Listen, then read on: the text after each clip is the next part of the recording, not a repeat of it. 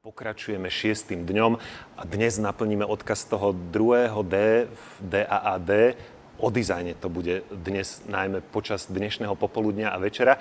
A teda opäť program plný skvelých hostiek a hostí, ktorí majú čo k dizajnu povedať. Máme tu k tomu navyše aj dvoch pomocníkov, Sibíra a Borovičku.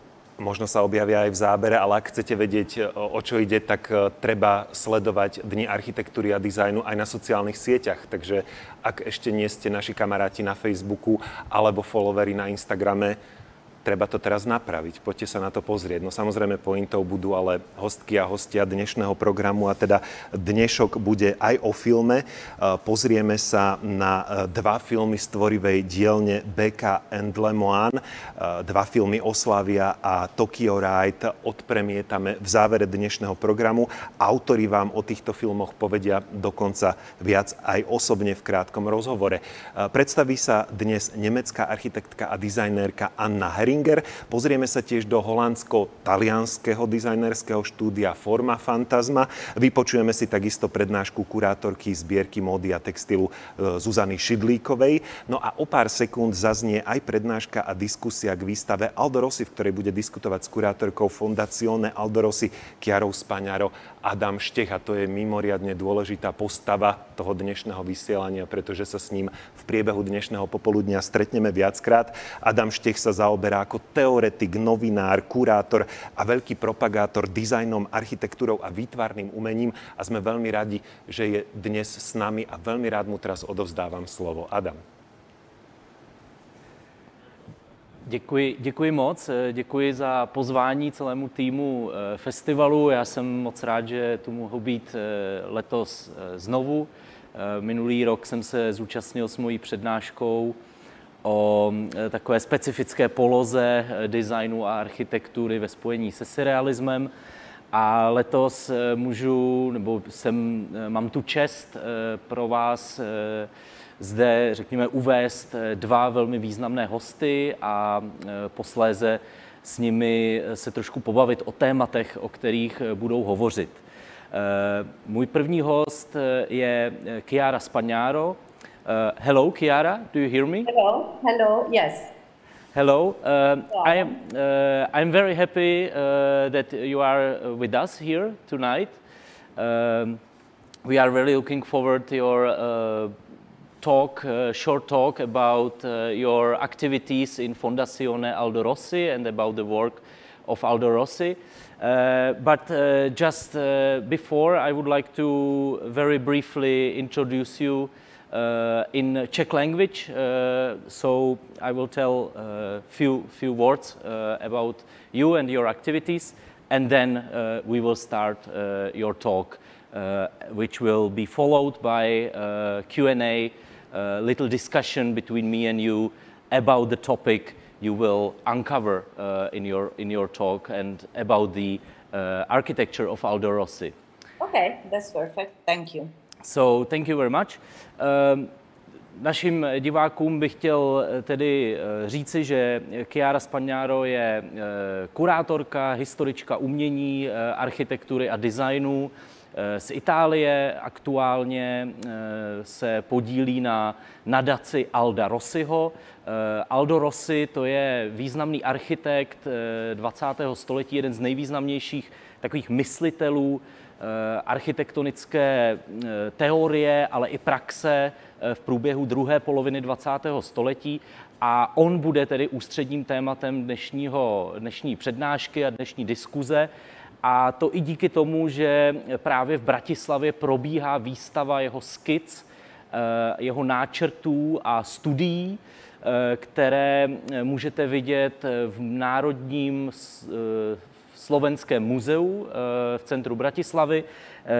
Já jsem se tam byl na tu výstavu podívat asi před 2 hodinami. Myslím, že stojí za to určitě. Myslím, že probíhá ještě někdy do listopadu nebo do prosince. Není to nějaká velká výstava, ale myslím, že velmi zajímavým způsobem ukazuje právě práci Alda Rossiho. Jen tak velmi stručně, Aldo Rossi, jeden ze zakladatelů postmoderny, jeden z takových opravdu hlasů progresivní architektury v průběhu 70. a 80. let zejména. No a právě kurátorkou této výstavy, kterou můžete vidět v Bratislavě, tak je Chiara. A ta nám řekne o tom něco více, protože ona jako tedy kurátorka Fondazione Aldo Rossi, tak je určitě tou povolanou osobností. Kromě toho Chiara třeba například kurátorovala i krásnou výstavu o architektovi a designerovi Gio Pontim, která byla k vidění v roce 2018 v Pařížském muzeu dekorativních umění. To je za mě vše na úvod a já předávám slovo Chiaře. So Chiara, it's your time now, so you can start your talk. We are very looking forward. Thank you. Thank you, Adam, and thank you to the whole organization for inviting us. As Adam said, I am the curator of Fondazione Aldo Rossi that is based in Milan and that has been funded in 2004 by the son and daughter of Aldo Rossi, who had passed away in 1997. So for the ones who don't know who Aldo Rossi was, and I will give some brief description of his biography, because I think it's important to have a inner view on the person before talking about the architect. Aldo Rossi was born in Milan in 1931 and grew up in a quite traditional family with a Catholic education. He began drawing because he is also renowned for his drawings when he was a kid. And during the war, he was moved by his family in a private Catholic school near the Lake of Como. This experience, in a way, expanded personal attitude that was one not to be very much into the lines, if we can say so, and on the other side developed one of his greatest love, that was the environmental, and in particular the lake, the love for the lakes. He actually had a countryside house until he passed away that was on the Lago Maggiore, where he spent a lot of time and that he really restored as his first and most important home.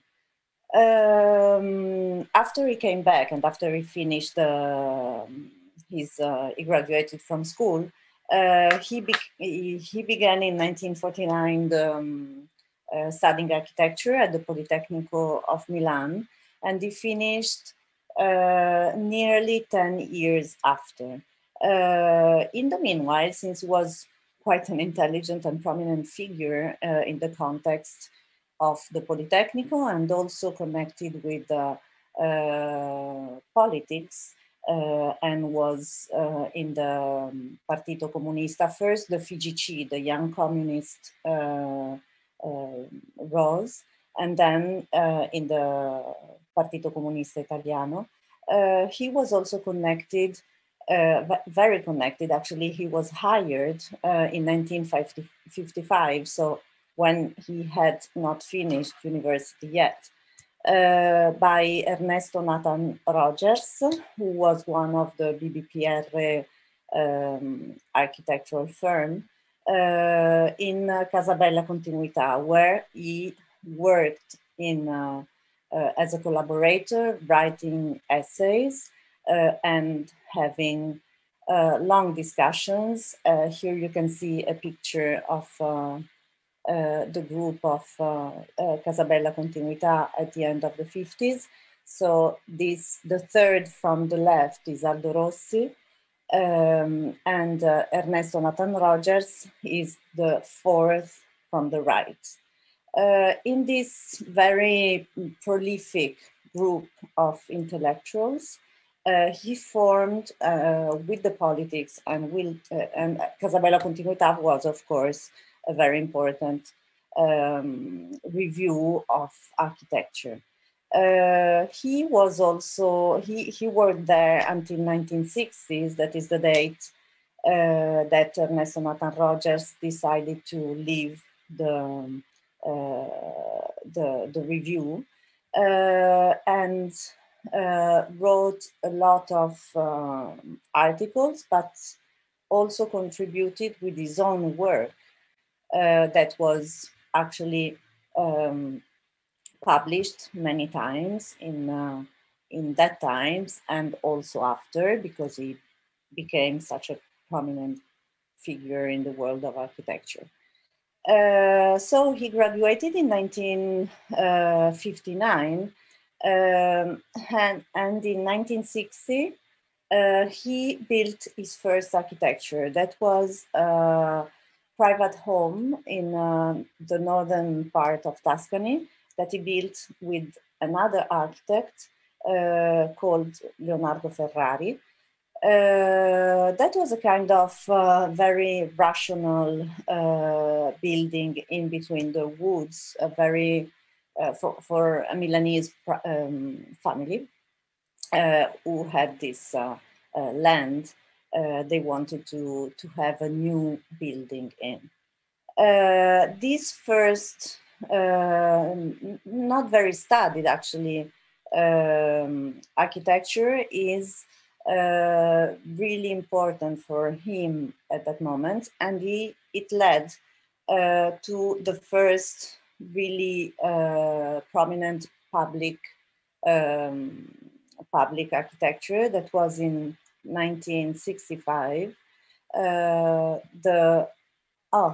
Here is Aldo Rossi in his home in Milan in the 60s. And this is the first very, very renowned public work that is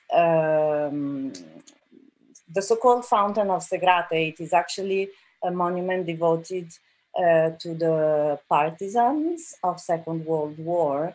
And he designed also the square the monument was built in, but he couldn't finish this part of the project that is still unfinished. So he did this project that has actually been restored recently between 65 and 67. And while beginning working as an architect, he continued also working in university, in the academic realm, trying to move the two careers together and actually succeeding in both very well. He got married in 1965 too, and had Fausto, his first son, the year after, and Vera 2 years after Fausto, so in 1968. I quote them because, of course, they are the closer part of his family, but also they were the persons to start the foundation in 2004 with Germana Celant and me. 1965 is a crucial year also because of this extremely important publication Aldo Rossi did of the architecture of the city. That is a seminal theoric book that is still published in many, many languages. And that has been the, first of all, basis of his academic career, but also the basis of his urban theories and application in the practical facts of architecture. It is funny how he began. I mean, his first public work was a monument and a square. So he really started from the beginning working in in an urban scale and not in a smaller scale or inner scale. 1968, when Vera was born, is also the moment in which he begins writing his Quaderni Azzurri. These are like notebooks that he did from 1968 until his death. And they are full of fantastic notes and beautiful drawings, notes about his work, about his literature interests, about poetry, about theater, about all the context that would influence in a way his work, his writings, his view, and so his architecture and also his drawings. At the beginning of the 70s, he is already a very renowned scholar, and he has, how do you say, a chair at the Politecnico di Milano, where he works while continuing his work as an architect. These are also the years of very, very important projects. This is the Gallaratese housing, that is a housing complex he built during the 70s.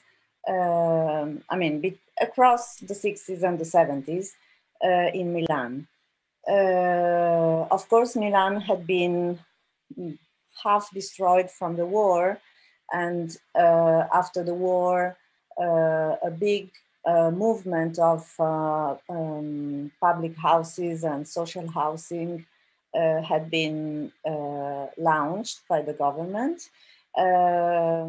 His colleague and friend, Carlo Aimonino, won at the end of the 60s the competition, or probably was in charge for the building, for building social housing in Gallaratese borough of Milan, and hired Aldo to be his second architect in a way, his help. After 6 months of project together, Aimonino decided to cut the project in two and give the half to Aldo Rossi because he had such an intense way of working that he should have his own space for his own project.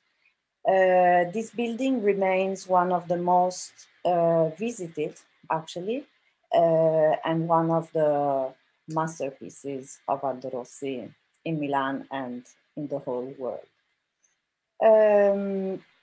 Of the same time, while he was working at the Gallaratese, he won the competition for the Cimitero di San Cataldo, the cemetery of San Cataldo in Modena. The space issued, actually it was an implementation of the old cemetery, where he worked with one of his assistants and colleague, who was Gianni Braghieri, building this incredible and very simple and sophisticated at the same time architecture that has been photographed by Luigi Ghirri and many, many other photographs, and that has this very iconic tube that is in the middle of the new buildings of the cemetery he did. In 1993, since he also continued his work of scholar at university and architecture historian, he was appointed by Triennale di Milano, who at the time was a leading institution for connecting the industrial production, architecture, and design in Italy. And Triennale is based in Milan in a very beautiful building by Giovanni Muzio, built in the 1930s. Aldo Rossi curated a very important show that was devoted basically to international architecture and focused on rational architecture, and also produced a film that is called Ornamento e Delitto, Ornament and Killing, or quoting Adolf Loos's book of 1908. So he was, for the first time, publicly working on the concept of fragment in a way, and analogia, working with film cutting by very important and also documentary cuts put together to describe the modern concept of architecture in Ornamento Delitto in 1973. At that time, Italy was very complicated. Italy is always a bit complicated, but at that time there was a big issue in university about how the students should be should have the votes from the teachers, and there was a big political discussion about this. And Aldo, with some of his colleagues, were sent away from the Politecnico and suspended by the Ministry of Education.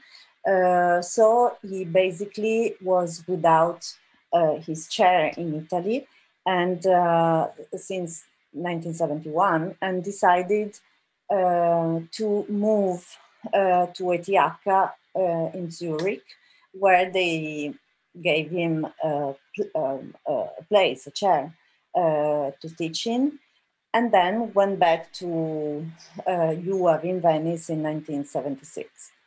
Venice is, as some other places, a very, very important issue for Aldo Rossi, who decided to, I mean, he worked there as a scholar. He built the social housing in the 80s and 90s with Alvaro Siza. And he built this amazing architecture that was the Teatro del Mondo, that was a moving theater, a floating theater, actually, that has been in the memory of everyone who saw it, and probably also of everyone who saw some pictures, because it's such an amazing architecture. Proceeding with his career, he came back to Milan. You can see here there is a very analogical way of proceeding also in his studio. He had this studio that everyone knows in Via Maddalena for a very long time, and then moved in Milan in the center, quite close to Via Maddalena, in another studio in the 90s that was Santa Maria alla Porta, where he finished his career in 1997. The 80s came with a big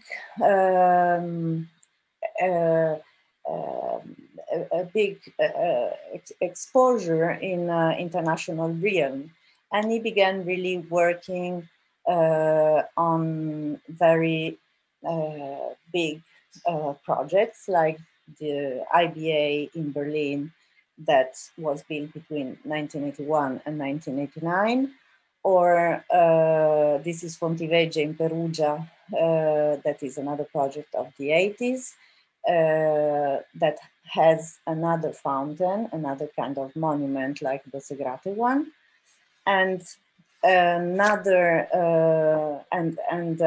more and more the public the cities and the public works came up, like, for example, the monument to Sandro Pertini, who was built in Milan. Sandro Pertini was the first, probably, president of after war, or maybe not the first, but one of the first. And he was also part of the resistance of Second World War. Here you can see the monument in Milan, and before was Aldo Rossi with the maquette of the monument. In between the end of the 80s and the beginning of the 90s is another very big turning point. So the Harvard University asked him to pronounce the Walter Gropius lecture in 1989. He built this amazing building in Japan, that is the Hotel Palazzo in Fukuoka. And he was awarded in 1991, this building actually was awarded of the American Institute Architects Honor Award. 1990 was the year of the Pritzker Prize given to Aldo Rossi and celebrated in Palazzo Grassi in Venice. That was at the time property of Fiat. 1992, so this is the very beautiful picture of the Pritzker Prize book. And he is showing, or I mean, the chair is the Parigi chair. Aldo Rossi had a very important career as a designer that the foundation is very proud of being studying at that moment, because we are going to promote an exhibition on design next year. 1992 was also the year of this amazing project in Berlin, that was the block of Schützenstrasse and Charlottenstrasse, that is one of the most iconic works by Rossi, that was finished after his death, and that rebuilds in a very renewed, but also philological way, all the houses that were bombed during Second World War and never rebuilt after. Here is a very beautiful picture of Rossi while opening inaugurating the Bonnefanten Museum in Maastricht. That was one of his last and very famous buildings that we can see with its iconic cupola. And to finish this very quick excursus on his life and works, 1996 was the year he won the competition to rebuild the Teatro La Fenice in Venice. That was actually his very last architecture.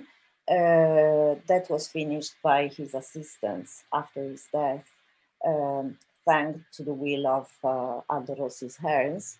And this very, very beautiful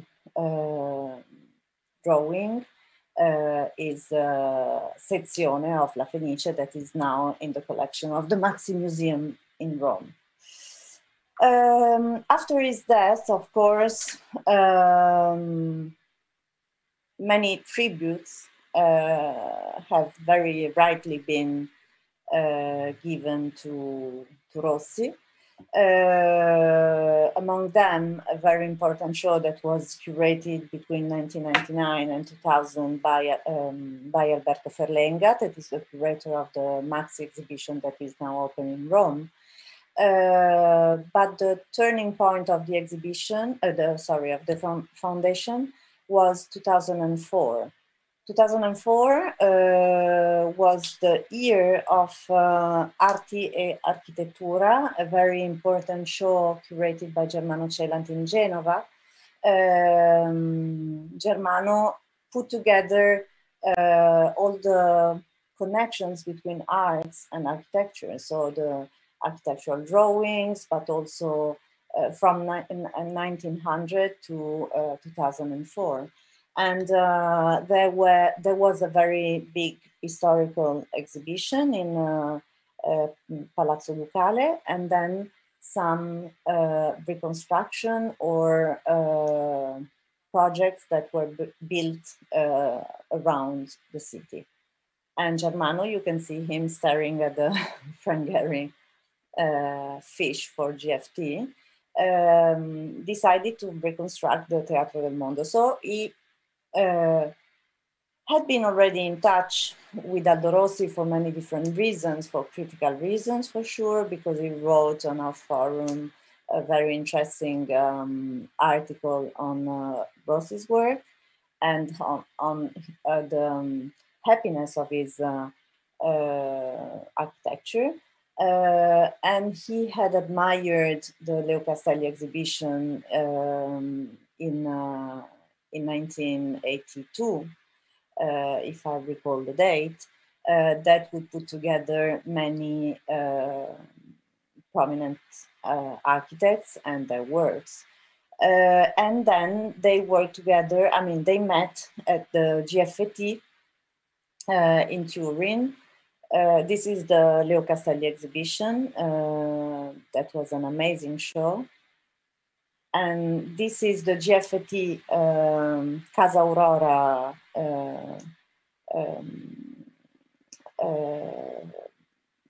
building that Aldo Rossi did.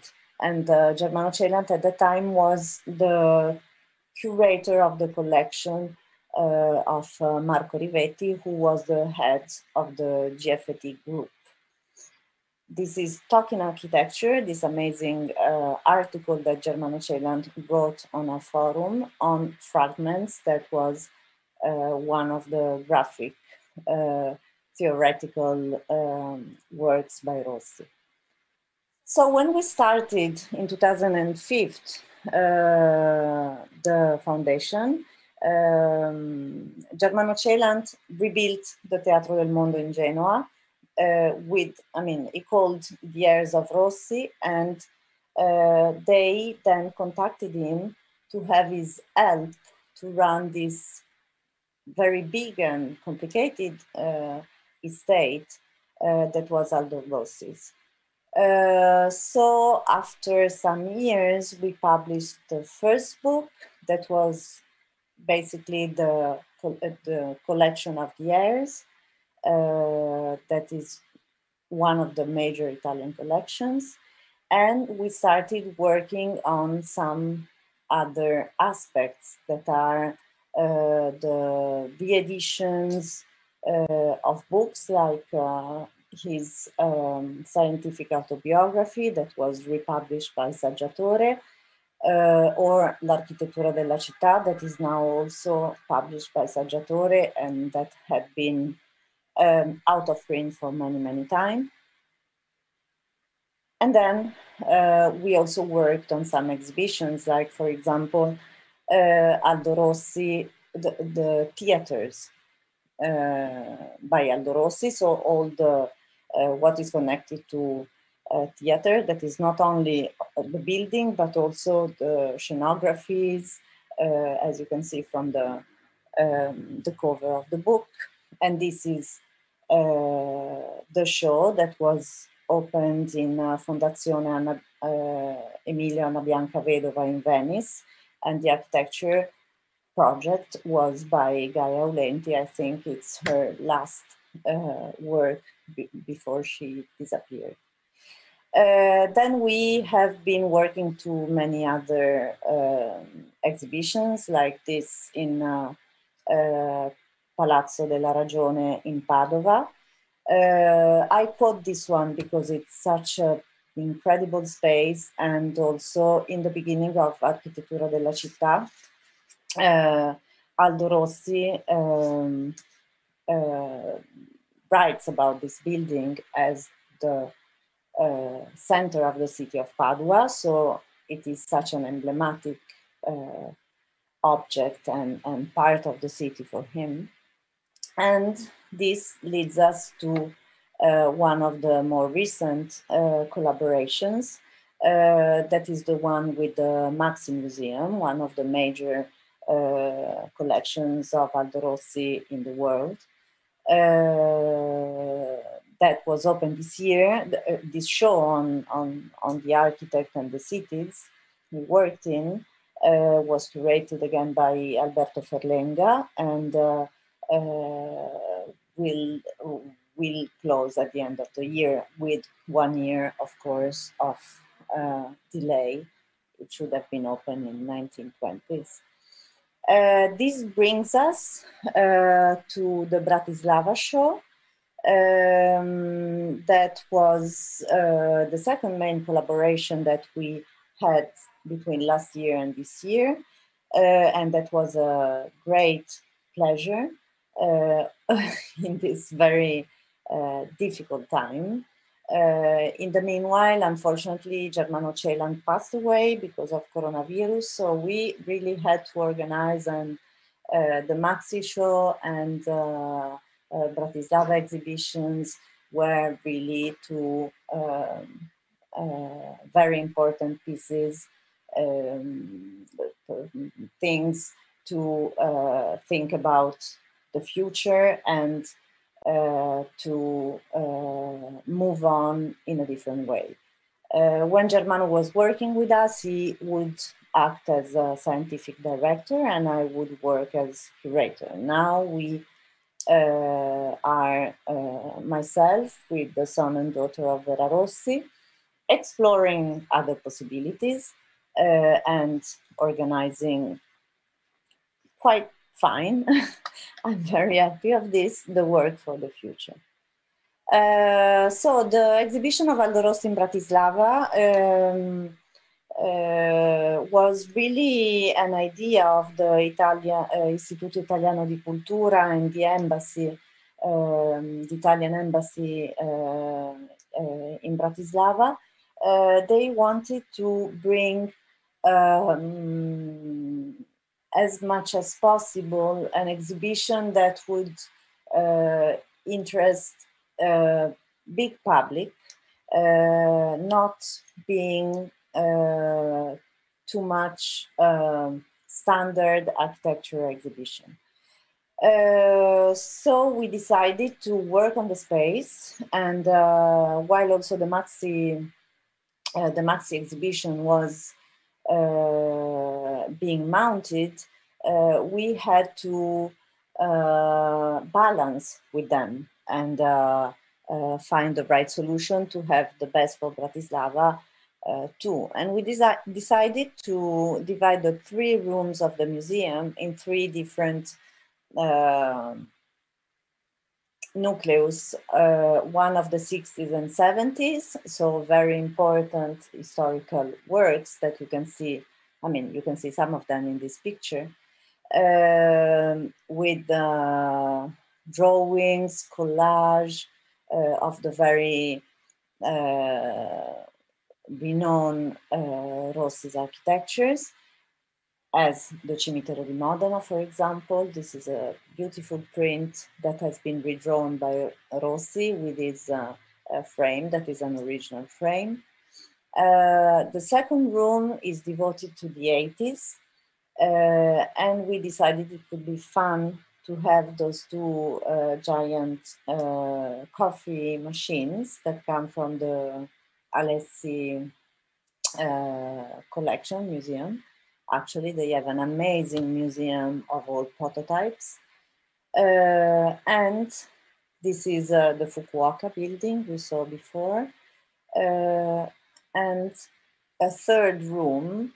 This is the room prepared for the press conference. So everything is like pushed in the back. But the third room is devoted to the 1990s architectures and drawings, and gathers together like 50s or 60s original drawings by Rossi. And as you can see, they are put together by project, of course, in a kind of a chronological order, because it's always nice to have combination and relations also between the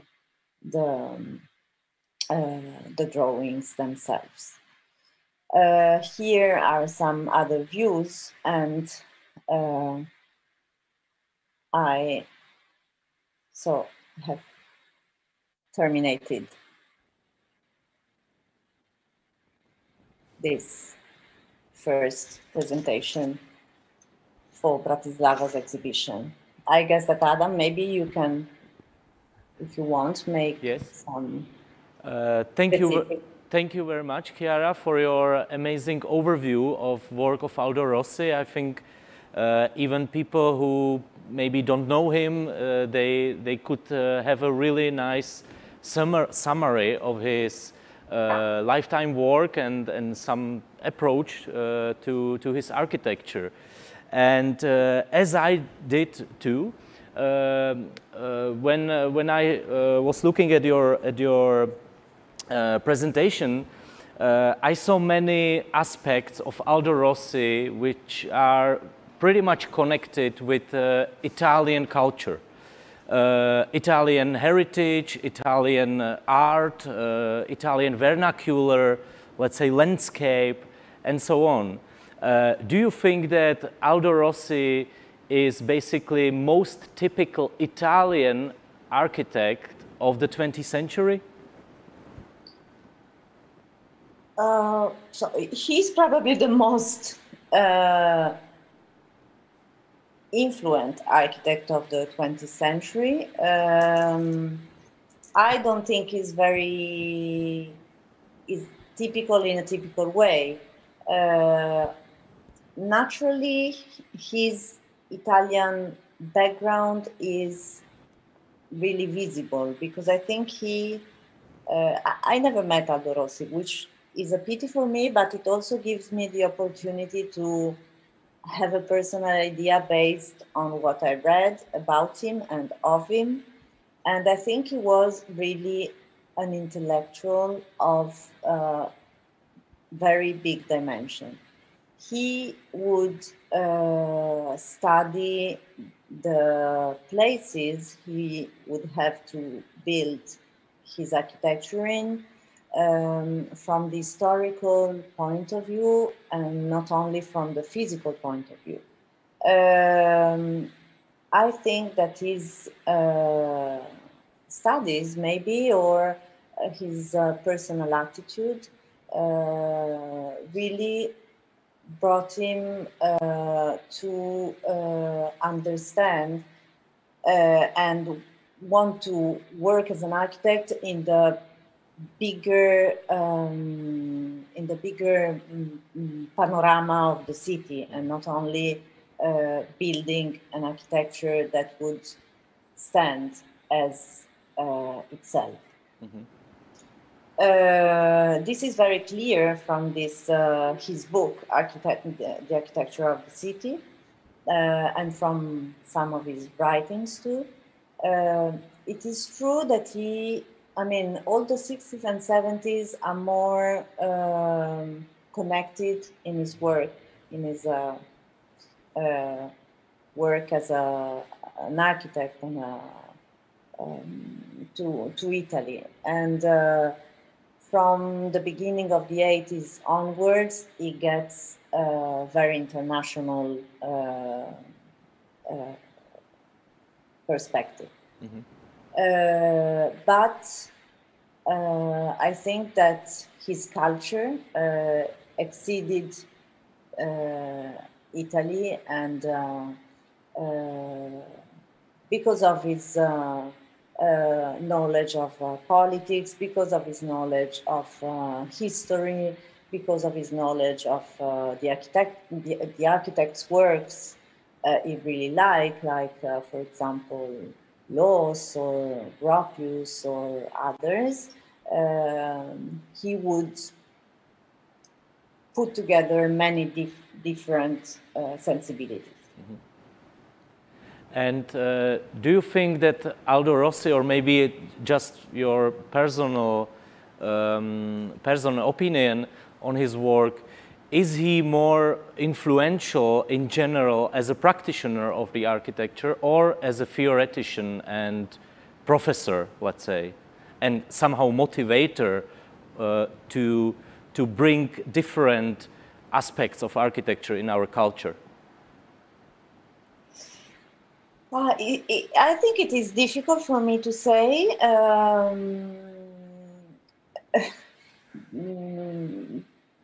Because I think, I mean, this Architettura della Città is a seminal book, a very, very important book still today, and it's been written in 1965. We still translate it in different languages and also in very difficult languages, which means that it's a book that is researched. And also Autobiografia Scientifica, that is less theoretical but very personal book, is always requested. I think he's been an example for many architects all around the world. He has also been quite an important designer, although his design hasn't been studied completely for a long time. And we have rarely seen the whole production that we are now trying to put together. He was for sure a very charismatic person. And since the beginning of his work in university, he formed a lot of students, and he formed them until the end of his career, when he was still called to pronounce lectures in UAV or abroad or in Milan too. He probably was one of the first archistar, although he really didn't like this definition. But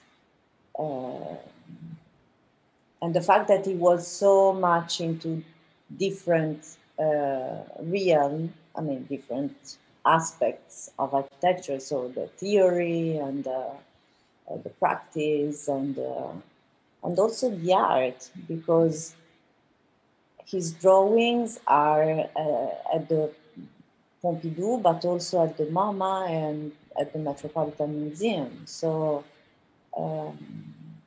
yes, sorry to interrupt. I just have to agree, because today I was at the exhibition here in Bratislava, and I must say that his drawings are basically artwork in their own way, and it's beautiful. They basically work or double as paintings, or basically really the artworks. So Aldo Rossi was a person who really, I think, created, also he invented or used some terms in a very specific way. And talking about this exhibition in Bratislava,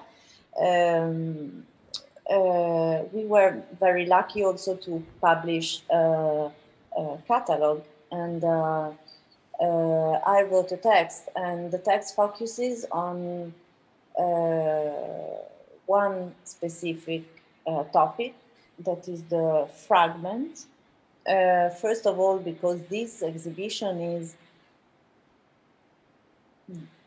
many fragments put together of the many architectures by Rossi, and still they are the 10% of what he did in his life. or not even the 10%, but a very impressive collection of drawings, and still we could have, filled the room with others.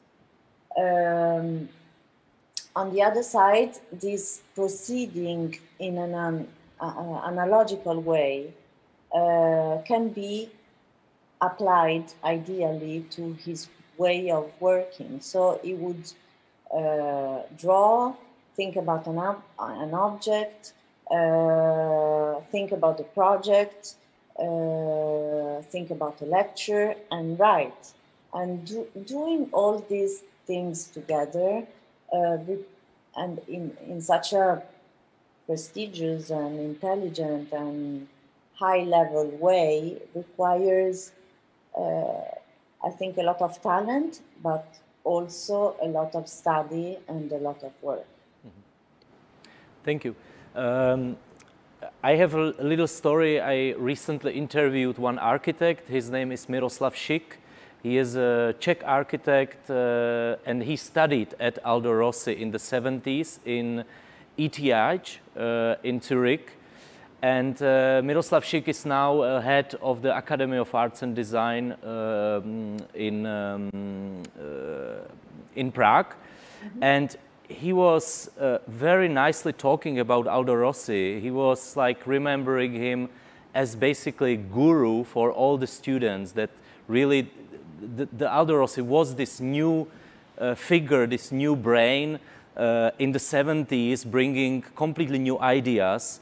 And until today, he is that's our godfather of architecture for us, for our generation. But I wanted to ask you, the Architettura della Città, this book, you were talking about that it's still printing out, it's still translated to languages and so on.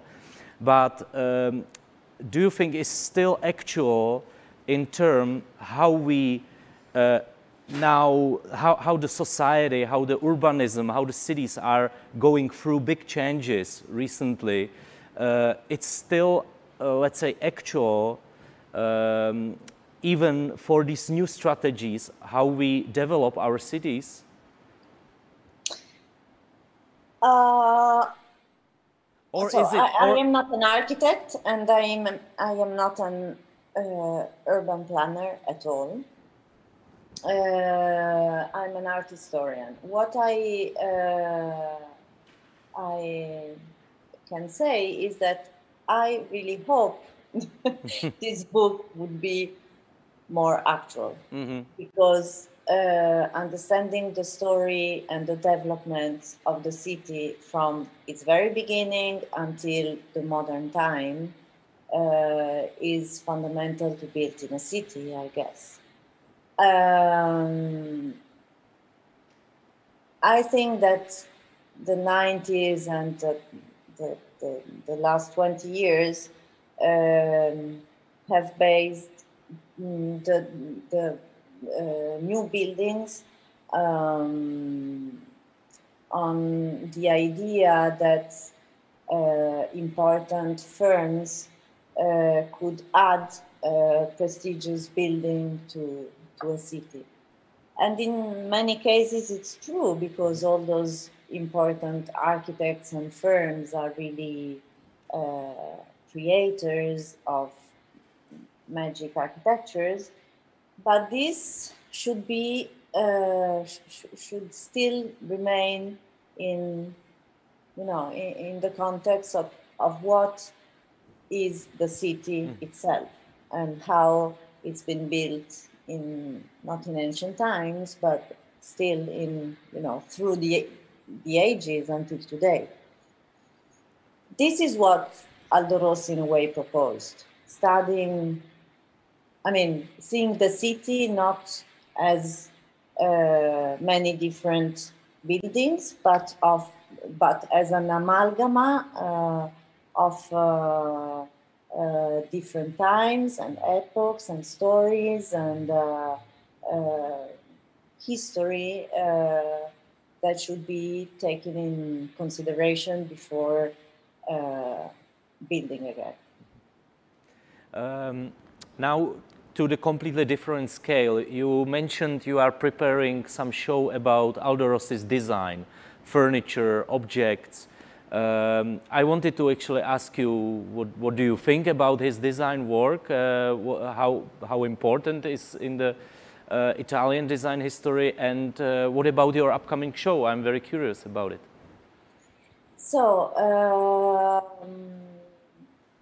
this show, I'm really happy to be working to. When I think it was 2009, maybe, I was working less than today.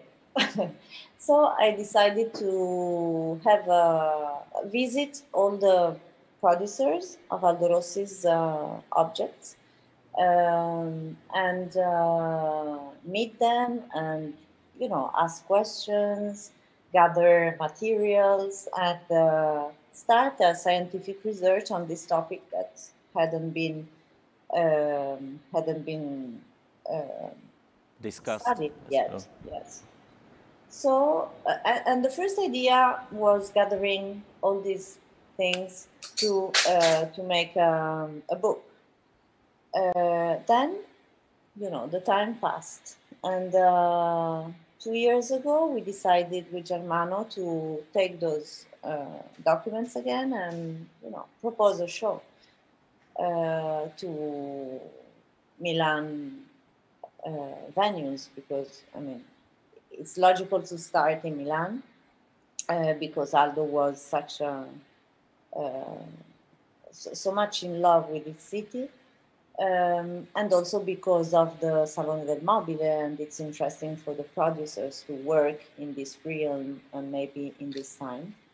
And we had the chance to collaborate with a publisher that is also a producer of the show, that is Silvano Editoriale, and are working to open the show in April in Museo del Novecento, that is the contemporary art museum that is in front of the Duomo of Milan. They have never done an exhibition on architectural design, which is, I mean, they are enthusiastic of doing Aldo Rossi's works. And so the team has been implemented with Maurice Ajmi as a who is the designer of the exhibition, and who was Aldo's associate in New York City studio office. And so we are working with an amazing bunch of people in Milan, between Milan and the United States, because what I have found in this research I did, that Aldo Rossi is always presented as a designer with the Laconica, the Parigi chair, that is the red one we saw before, and maybe the Alessi clock or watch. But he has done many, many other works, and La Cabina dell'Elba, of course, that is so famous. But he has done many, many, many pieces more, amazing drawings, and the connection. So the idea is to connect for once the architecture to the design, and not the design to the architecture, because they are so connected, but it's always been the other way around. So, you know, let's focus on another topic for once. Great. I'm very looking forward to see his unknown designs, because I knew just these you mentioned, they are super iconic. Yeah. In the exhibition in Bratislava, I went through the texts, and I found out that Aldo Rossi wrote kind of his diary, or so-called blue notebooks. We are now in completely blue studio, so I wanted to ask you what these blue notebooks were. So this is what I was mentioning before. I took a note. It started in 1968. Mm-hmm. I don't think I have the. I can show you. No, I don't have the. They have been published again all together. They are small notebooks like this, of the same kind, and of light blue color. This is why they are called light blue notebooks. They are all dated, sometimes with the year and sometimes with the precise dates. It depends. There are some interruptions in those notebooks. They are not continuous. But basically, they are notebooks. He's been writing with handwriting and sometimes drawings. And as I said, he speaks about his travels, his impressions about the theater, cinema, or about his day-by-day life, but also a lot about his work. So everything is kind of connected, and half of them is in the collection of the Getty Research Institute in Los Angeles. Aldo Rossi decided to donate half of his booklets, notebooks, to the institution I think in the beginning of the 90s. And the other half is in a private collection. So, but they have been published in a facsimile edition, only in 500 in 500 pieces, copies. Yeah. When the Triennale did this show in 1999, right after Aldo's death. Thank you. Yeah. You also curated the show of Gio Ponti, right? Yes, I co-curated the show on Gio Ponti in Paris, but not the one in Rome. Okay, yes, in Paris, in the Musée d'Art Décoratif. If you could shortly compare these two heavyweights of Italian culture, what connects them, what differences them? Because they are very kind of figures of different approaches, maybe, or maybe not, I don't know. No, totally. No. First of all, Gio Ponti was a man of the 19th century, right? Yes. He was born in 1891 or something like this, or 87. But the thing is, they are quite similar in the being so prolific. This is the only similarity I would. But many people ask me this question, and I don't know. I don't think I have never read a single line by Rossi on Gio Ponti. Although I imagine that being Ponti an amazing architect, Aldo Rossi has, and half of Milan is built by Ponti. So you cannot grow up as an architect in Milan not seeing Ponti's buildings. So I guess Rossi has been looking to them. But I think that he really, that the political, there was a political problem in the sense that Aldo Rossi was probably very, he probably had a strong passion for the left wing, not only a passion, he was a believer that, and also of the Soviet architecture, and all those things came together. And Ponti had the tessera of the Partito Fascista. So I think this, and he is actually the only Italian architect or one of the very, very few that didn't have problems after the war, because he was already a master, first of all, Gio Ponti, and quite old. You mentioned a summer house of Aldo Rossi. Did you visit it on Lago Maggiore? Yes. Yeah.